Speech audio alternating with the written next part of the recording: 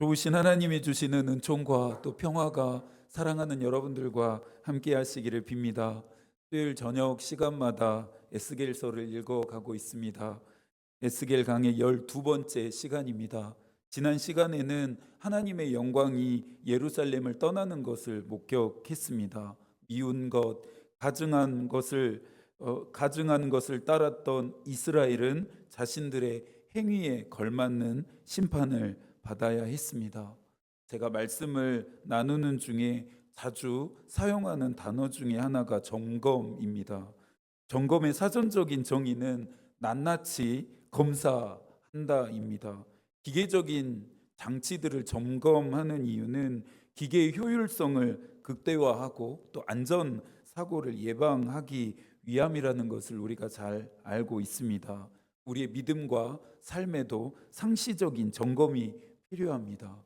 미운 것과 가증한 것이라는 영적인 기름때가 끼어 있지는 않은지, 교만, 완악, 강팍과 같은 믿음 생활을 위협하는 불안 요소들의 유무를 낱낱이 검사해야 합니다.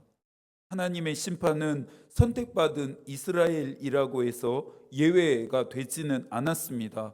하나님이 주시는 복과 은혜를 특별히 누렸던 만큼 더욱 엄중했습니다.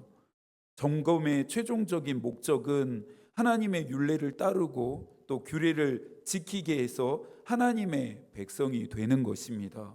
온전한 그리스도인의 삶을 살아감입니다.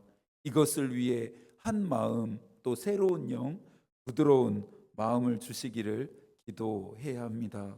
오늘의 본문 1절입니다. 또 여호와의 말씀이 내게 임하여 이르시되 8절과 17절, 21절과 26절에도 같은 구절이 반복되고 있습니다. 하나님은 심판에 대한 징조를 쉴 새 없이 에스겔에게 보이고 있습니다. 반복되는 이 구절들과 함께 오늘 본문에서 눈여겨 보아야 할 표현이 한 가지 더 있는데요. 반역한 족속입니다. 에스겔을 통해 하나님이 보이시는 이 심판에 대한 징조가 최종적으로 응하여지는 대상은 반역한 족속입니다. 이들은 누구입니까? 바로 이스라엘입니다.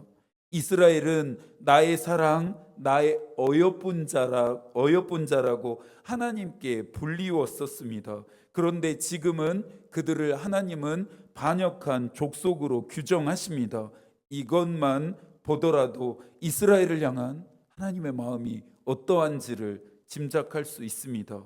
이스라엘이라고 하는 이 이름이 가진 뜻은 하나님이 다스리신다입니다. 이름은 곧 정체성이었기에 이스라엘이라고 하는 이 이름 자체는 하나님과 이스라엘 백성과의 관계를 나타내었습니다. 이스라엘은 더 이상 하나님의 다스림 안에 있는 자들이 아니었습니다. 반역한 족속인 그들은 하나님을 대적하는 자들이었습니다. 얼마 전에 지방의 한 어른 목사님과 이야기를 나누었습니다. 오랜 목회 생활을 회고하시면서 목회의 출발점으로 다시 돌아갈 수만 있다면 다른 것에 신경 쓰지 않고 교우 한 사람 한 사람을 예수님을 닮은 제자로 만드는 일에 진력하고 싶다 말씀하셨습니다. 나는 어떤 목회를 해야 할까 늘 질문하고 기도하며 길을 찾고 있습니다. 제가 가야 하고 또 가고 싶은 길을 한 찬양이 대변해 주고 있습니다. 소원이라고 하는 찬양인데요. 가사가 이렇습니다. 삶의 작은 일에도 그 마음을 알기 원하네. 그 좁은 길로 가길 원하네. 나의 작음을 알고 그분의 크심을 알며 소망 그 깊은 길로 가길 원하네. 저 높이 솟은 산이 되기보다 여기 오름직한 동산이 되길. 내 가는 길만 비추기보다는 누군가의 길을 비춰 준다면. 아마 이 찬양을 만든 사람도 저와 비슷한 고민을 하지 않았나 싶습니다. 그리스도를 닮아 그리스도를 따르며 나는 낮아지고 그리스도는 높아지며 내 자신을 다른 사람에게 선물로 내어주는 이것이 그리스도인다운 진정한 삶이겠다는 생각이 듭니다. 여러분은 어떤 삶을 살고 계시나요? 여러분은 세상과 사람들에게 어떤 사람이 되고 있으신가요? 이 또한 이 저녁 우리가 점검해 보아야 할 지점이기도 합니다. 3절의 말씀을 함께 읽습니다. 인자야 너는 포로의 행장을 꾸리고 낮에 그들의 목전에서 끌려가라. 내가 내 초소를 다른 곳으로 옮기는 것을 그들이 보면 비록 반역하는 족속이라도 혹 생각이 있으리라. 하나님은 에스겔에게 포로로 끌려가는 것처럼 대낮에 짐을 싸서 반역한 족속들이 보는 앞에서 길을 떠나라 말씀하십니다. 제가 부교육자로 있었을 때 유치부에서 말씀을 전하는 시간이 참 좋았습니다. 예수께서 왜 하나님의 나라와 어린아이의 마음을 연결시키셨는지 그 뜻을 조금이나마 이해하는 시간이기도 했습니다. 한없이 맑고 밝은 아이들의 마음이 부러웠습니다. 아이들 앞에 설 때마다 많은 것을 가르쳤다라기보다는 오히려 많은 것을 배우고 깨달았습니다. 아이들에게 말씀을 전할 때 교구라는 것을 사용합니다. 아이들의 눈높이에 맞는 교재, 노래, 영상, 활동 같은 것이죠. 이야기 속에 숨겨진 복음을 조금 더 아이들이 쉽게 발견하기 위해서입니다. 물론 의도한 대로 아이들이 따라와 주기보다는 그렇지 않을 때가 더 많습니다. 내용과 상관없이 엉뚱한 질문만 해대고 갑자기 가정사를 공개하지를 않나 유치원에서 있었던 일들을 떠벌려서 말하기도 합니다. 매주마다 이 총체적인 난국 속에서 하나님의 말씀이 과연 아이들의 영혼에 심겨지고 있을까 고민했습니다. 그러다가 어른의 눈으로 보기에는 말도 안 되는 이 상황들 속에서 아이들의 영혼에 말씀의 씨앗들이 잘 심겨지고 있다라는 것을 알게 되는 사건을 경험했습니다. 그 이후로 아이들을 대할 때에 더 몸과 마음을 낮추게 되었습니다. 아름다운 세상은 하나님의 말씀으로 창조되었습니다. 창조자이신 하나님의 말씀하심에 땅과 하늘이 진동합니다. 그런데 반역한 족속인 이스라엘을 향해 하나님이 말씀하시기보다 이와 같은 반복적인 징조를 보이시는 이유가 무엇일까요? 그 답이 2절에 있습니다. 그들은 볼 눈이 있어도 보지 아니하고 들을 귀가 있어도 듣지 아니하니. 그들이 더 이상 하나님이 말씀하시는 것을 보고 듣는 것을 거부하기 때문입니다. 하나님은 포로로 끌려가는 에스겔의 모습을 통해서 반역한 족속인 그들이 깨닫기를 바라셨던 것입니다. 집을 가끔 나설 때마다 큰 이삿짐 차량과 긴 사다리 차를 대고 이사를 들어오고 또 나가는 모습을 볼 때가 있습니다. 남의 집 일인데 어디로 이사를 가나, 짐은 정말 많구나 하는 엉뚱한 호기심을 발동하면서 그 모습들을 잠시 지켜보곤 하는데요. 기괴한 에스겔의 행동은 사람들의 이목을 끌기에 충분했습니다. 대낮에 포로로 끌려가는 것처럼 분장을 했고 짐을 싸서 길을 떠나는 에스겔의 모습을 이스라엘은 숨죽여 지켜보게 됩니다. 그 중에 저처럼 호기심이 많은 누군가가 에스겔에게 묻습니다. 인자야, 이스라엘 족속 곧 그 반역한 족속이 내게 묻기를 무엇을 하느냐 하지 아니하더냐. 네가 지금 무엇을 하고 있느냐, 왜 이렇게 하고 있는 것이냐? 누군가 물었겠죠.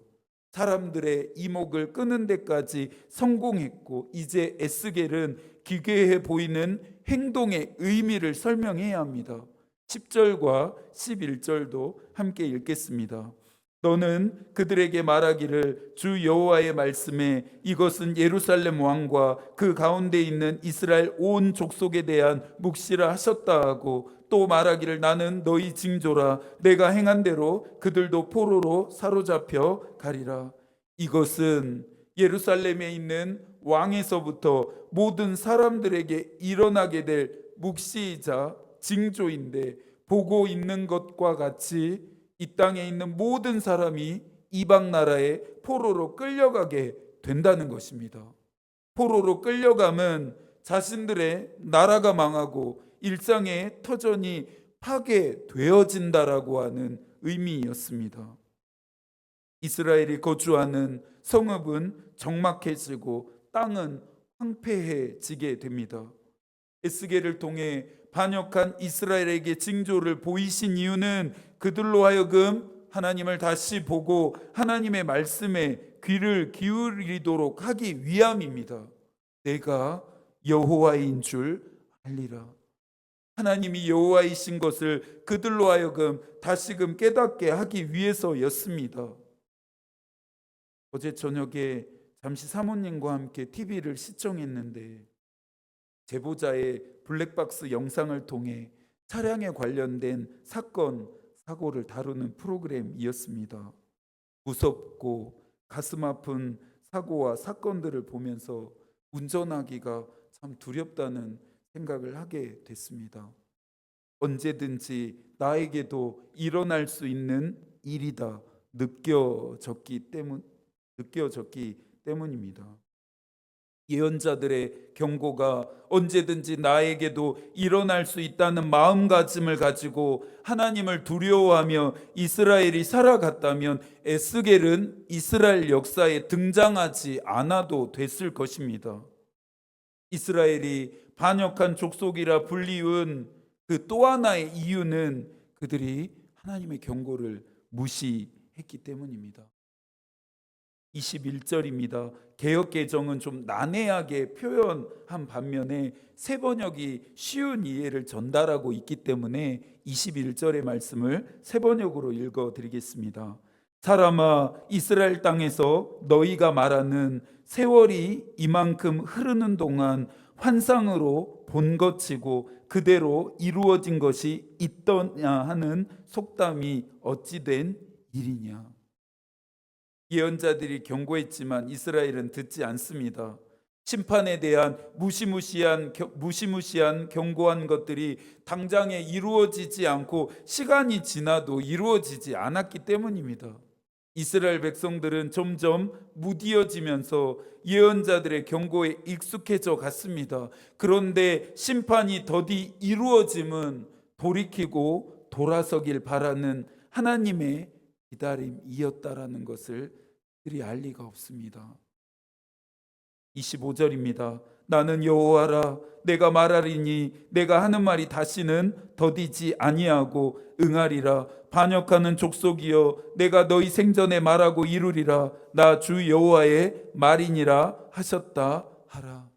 최후 통첩이 내려졌으니 이루어지는 것은 시간 문제입니다. 분명한 점은 하나님의 시간과 인간의 시간은 차이가 있다는 점입니다. 하나님의 심판이 응함은 더디지 않고 하나님이 정하신 때와 방식으로 이루어지는데요. 15절과 16절의 말씀을 마지막으로 읽겠습니다. 내가 그들을 이방인 가운데로 흩으며 여러 나라 가운데 해친 후에야 내가 여호와인 줄을 그들이 알리라. 그러나 내가 그중 몇 사람을 남겨 칼과 기근과 전염병에서 벗어나게 하여 그들이 이르는 이방인 가운데서 자기의 모든 가증한 일을 자백하게 하리니 내가 여호와인 줄을 그들이 알리라. 여러분이 하나님의 살아계심을 믿지 않는다고 해서 하나님의 살아계심은 부정되지 않습니다. 하나님의 뜻을 따라 여러분이 살고 있지 않는다고 해서 하나님의 뜻이 이 땅 가운데 이루어지지 않는 것도 아닙니다. 나의 믿음의 여부, 삶의 방식과 상관없이 이 세상은 하나님의 다스리심에 의해 움직이고 있습니다. 일상 곳곳에 숨어 있는 하나님의 얼굴과 만나게 되시기를 축복합니다. 그분이 보게 하시는 것을 보고 말씀하시는 것을 들으면서 남은 한 주도 은혜 안에서 살아가시기를 축복합니다. 경건 생활도 게을리하지 않아야 합니다. 말씀을 읽고 묵상하면서 기도하시고 또 아침 기도회와 예배에도 성실하게 참석하실 수 있기를 바랍니다. 하나님이 여러분과 함께 하시길 기도하겠습니다. 하나님의 마음이 우리의 기도가 되고 하나님의 뜻이 우리의 길이 되기를 빕니다. 아멘.